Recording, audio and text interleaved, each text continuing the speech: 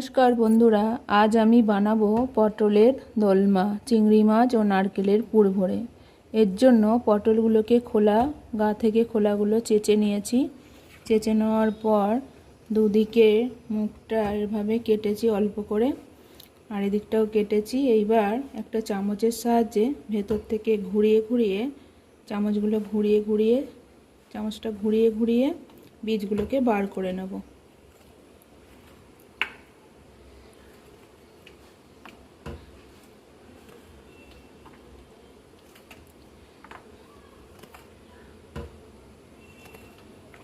এইভাবে সবকটা পটলেরই বীজ বার করে নিতে হবে। এই সমস্ত পটলগুলো আমি একে একে ভালো করে সব ভেতর থেকে বীজ বার করে নিয়েছি।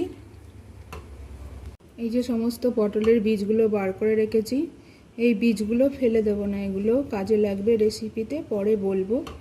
আর লাগবে আমার কিছুটা নারকেল, এর জন্য নারকেলগুলোকে কুচো করে রেখেছি। এগুলোকে আবার মিক্সির জারে নিয়ে আমি বেটে নেব। আর এখানে আমি 250 গ্রাম চিংড়ি ভালো করে ছাড়িয়ে বেছে ধুয়ে নুন হলুদ মাখিয়ে ভেজে রেখেছি। এখানে আমি পটলের বীজগুলো দুটো কাঁচা লঙ্কা দিয়ে বেটে নিয়েছি। এখানে 25 সর্ষে আর 5টা কাঁচা লঙ্কা একটু নুন দিয়ে বেটে নিয়েছি। সর্ষে বাটার সময় একটু নুন দিতে হয়, না হলে তিতো হয়ে যাওয়ার সম্ভাবনা থাকে। আর এখানে নারকেলটাকেও বেটে নিয়েছি। দিয়ে দিচ্ছি, কড়া গরম করে নিয়েছি, কড়াতে 2 চামচ মতো তেল দিয়ে দিচ্ছি। তেলটা গরম হলে পটলগুলো ভেজে নেব। এখানে ছাড়ানো পটলগুলো আমি নুন হলুদ মাখিয়ে রেখেছিলাম, এবার গরম তেলে দিয়ে ভেজে নেব এক এক করে।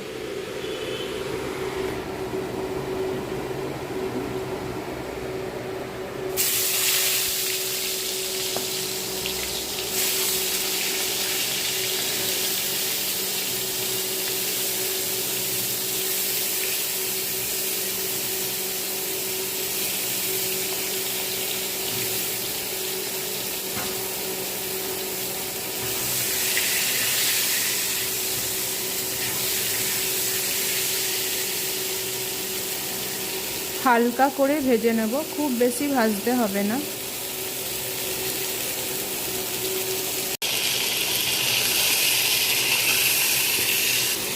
পটলগুলো হালকা লাল করে ভাজা হয়ে গেছে, এবার এক এক করে তুলে নেব।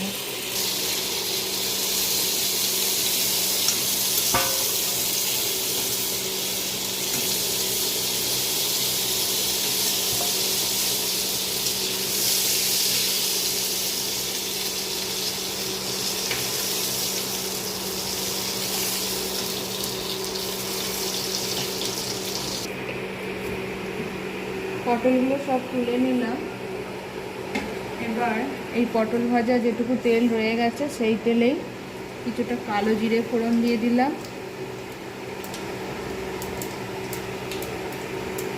দিয়ে এই পটলের বীজ বাটাটা দিয়ে দিলাম। দিয়ে দেবো 1 চুটকি মতো নুন, 1 চুটকি জিরে গুঁড়ো আর 1 চুটকি হলুদ গুঁড়ো দিয়ে এটা ভালো করে মিশিয়ে একটু ভাজা ভাজা করে নেব। বীজ বাটাটা আমার ভাজা ভাজা হয়ে এসেছে। এই পর্যায়ে আমি নারকেল কোড়াটা দিয়ে দেবো। নারকেল কোড়াটা দিয়েও ভালো করে মিশিয়ে নেব।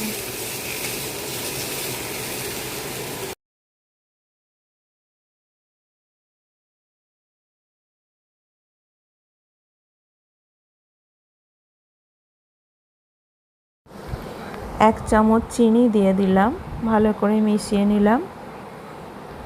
এবার ভাজা চিংড়ি মাছগুলো দিয়ে দেব, দিয়ে ভালো করে মশলাটার সাথে মিশিয়ে নেব।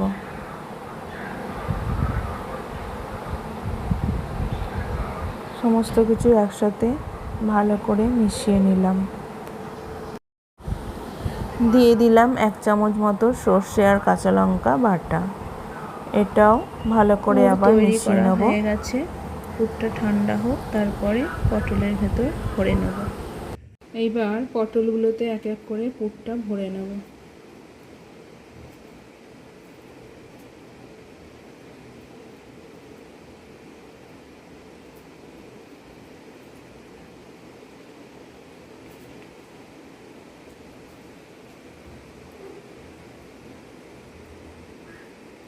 পটলের মুখ থেকে কিছুটা ফাঁকা রেখে পুরটা ভরে নেব, না হলে ভাজার সময় পুরটা বেরিয়ে আসবে। আর পুরটা যাতে না বেরোয় সেই জন্য পটলের বীজ দিয়ে মুখটা একটু সিল করে দেবো। এইভাবে সব কটা পটলে আমি একে একে পুর ভরে নেব।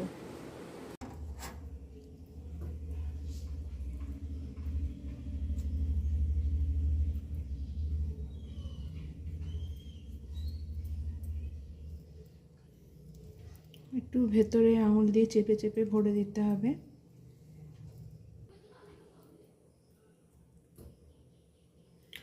হয়ে গেল আমার সমস্ত পটলগুলোয় পুর ভরা। এইবার আবারও একটু তেলে নেড়ে চেড়ে নেব। যেহেতু পটলটা আগে থেকে কিছুটা ভাজা রয়েছে তাই কড়াতে খুব সামান্য তেল দিয়েছি। এই তেলে আবারও একটু ভেজে নেব আর একটু ভালো করে।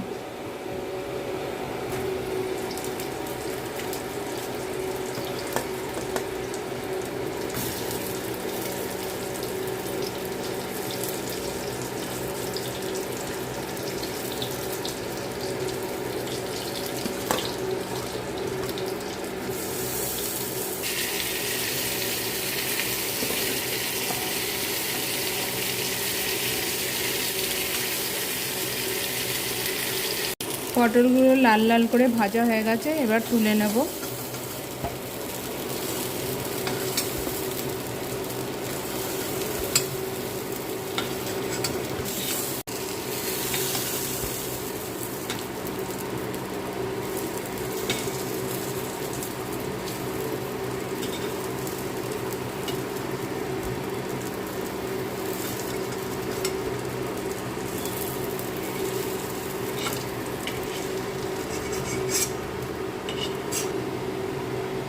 এবার এই তেলেই একটু কালো জিরে ফোড়ন দিয়ে দেবো।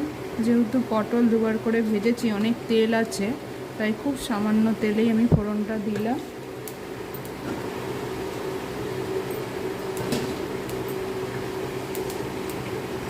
আর দিয়ে দেবো দুটো কাঁচা লঙ্কা আর একটা তেজপাতা ফোড়ন। ফোড়নটা একটু ভাজা হবে।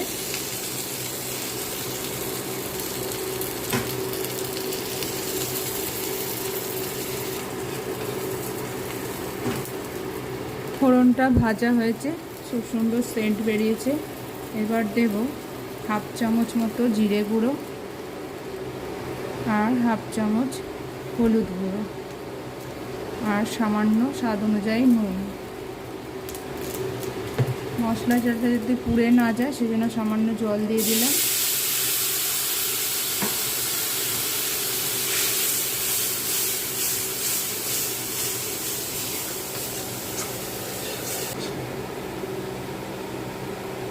মশলা কষার সময় গ্যাসের ফ্লেমটা লো টু মিডিয়াম করে মশলাটা কষতে হবে।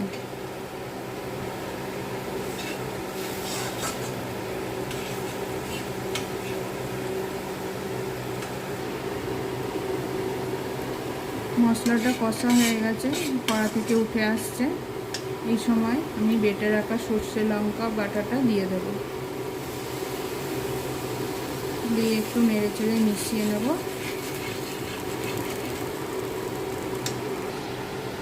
ভালো করে মিশিয়ে নিয়েছি। মিক্সির বাটিটা ধুয়েও একটু জল দিয়ে দিয়েছি। ঝোলটা ফুটে উঠেছে। এইবার আরও কিছুটা জল দিয়ে দেবো পটলগুলো একটু সিদ্ধ হওয়ার জন্য।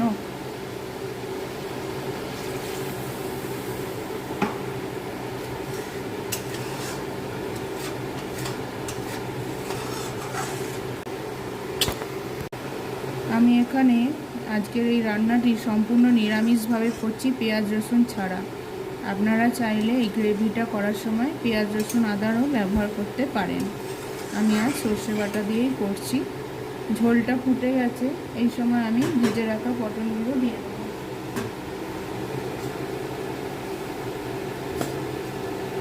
ঝোলটার মধ্যে এক এক করে পটলগুলো আমি দিয়ে দেবো। তো 1 চিমটি আমি নুন দিয়ে দিলাম।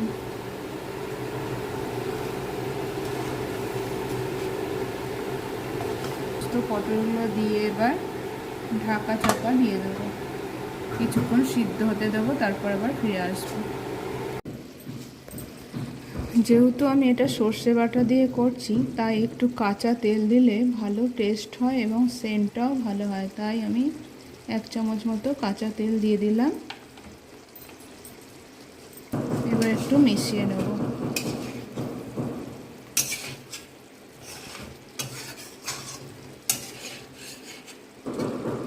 তৈরি হয়ে গেল চিংড়ি মাছ নারকেলের পুর ভরা পটলের দোলমা। এবার এটা আমি গরম গরম ভাতের সাথে সার্ভ করে দেব। আপনারাও বানিয়ে খেয়ে দেখবেন, আশা করছি ভালোই লাগবে। ভালো লাগলে কমেন্ট করবেন এবং সকলকে শেয়ার করে দেবেন। গরম গরম ভাতের সাথে পটলের দোলমা সার্ভ করে দিয়েছি, আর সাথে আছে সর্ষে পোস্ত বাটা দিয়ে ঢ্যাঁড়সের ঝাল।